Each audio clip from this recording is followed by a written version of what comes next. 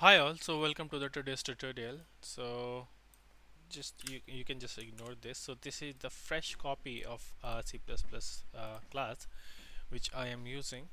So just to understand the new concept, which is the pointer. So this is like people usually say that this is the toughest topic.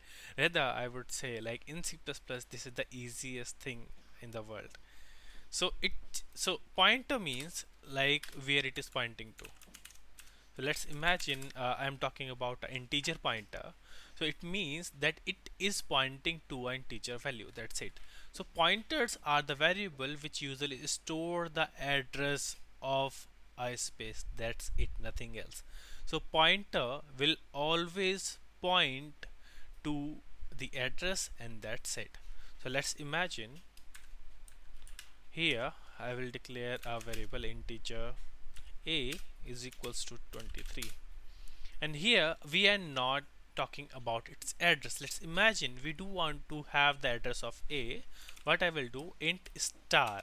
This means as soon as I will put this sign, asterisk sign, star sign, it means that it's a pointer. It will store the value of an address which will point to an integer. So a address is equals to and a.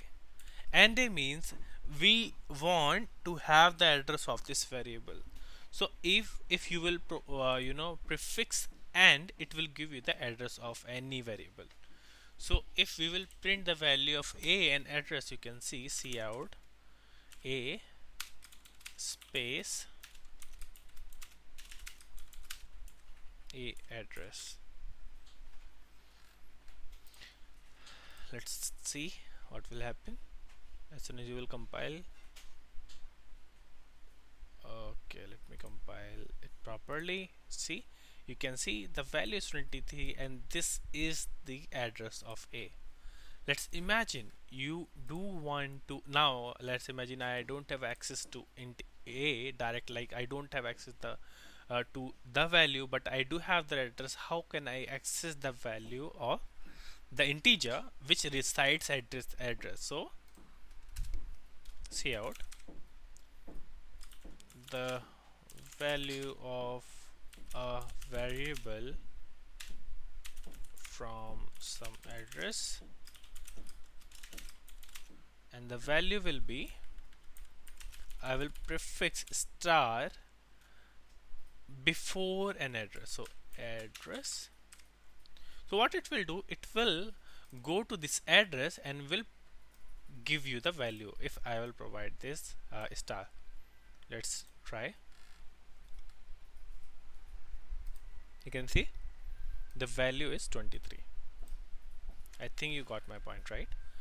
So let's imagine if you want to change the content of a, can you do that with the address? So I will say yes. So star address is equals to 33.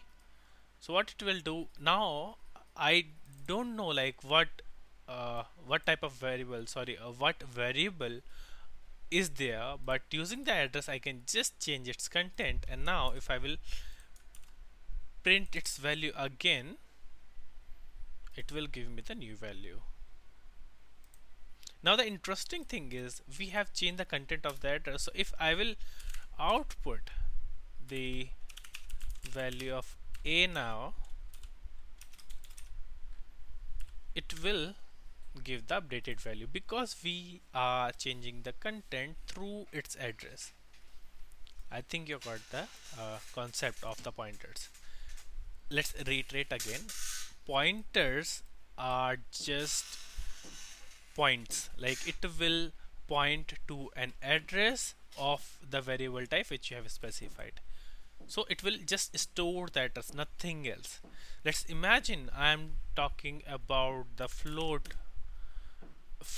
So float pointer is there, so it is saying okay, a is a type of integer. It's showing red because a is a type of integer, and I am saying to store the address which will point to an address which will save a float value, but this is the integer value. So let's change this a to float 23.2f. So now everything will remain the same. Now check. See, everything is perfectly fine.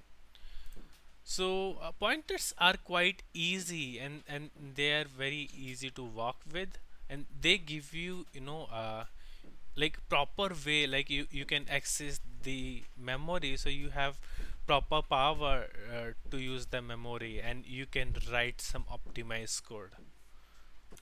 We can also create some null pointers. So let's imagine I am, so first let's have an example of integer a only. So what I will do, int star void pointer. So here what we have done, now right now this pointer is not pointing to anything, so it does contain some garbage value. So what we will do, int b is equals to 34. We have two integers and we do have just one pointer. First what I will do, I will point this pointer to the a, so and a. So if I will change the content of this void pointer, so star void pointer is equals to 25, it will change the content of a. Why? Because right now we have asked, like on this 11th line we have said, okay, pointer point to the address of a. If I'm changing the value of the content on this address, it will change the 25, which is a, right? Now what I'm doing, let me void pointer, let me point this same pointer to the b. Now let me change the content again and let me do 35. If I will print the value of a is a, the value of b is b. So if I will print now, so you can imagine the value of a is 25 and value of b is 35. So this is what we called a void pointer, which, like in the starting it was pointing to void, and we can, after, like, utilizing this pointer, we can just again make this pointer a null pointer or the void pointer. Now let's see how we can pass a variable inside a function. We have covered this before, but let's see how. Let's imagine we have to create a variable which will change the content of passing address to 0. So void change content to 0, and here I will have the integer pointer, some int address. Now we are passing the address, so we don't need to store the value and save it on variable again. It will just do will change the content. So star some integer is equals to 0. Now let's pass the address of a and b to change content to 0. First a, then change content to 0 b.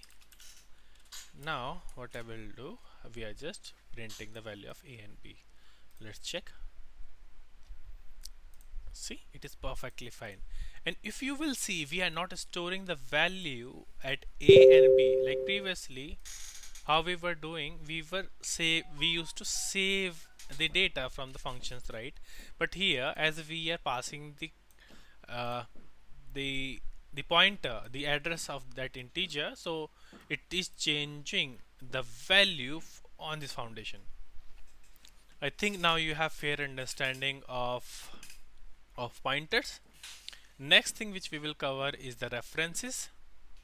But let's do it in the next tutorial. This was it for today. Thank you and have a nice day. If you're having, like this series, do like and subscribe and press that bell icon. Bye bye.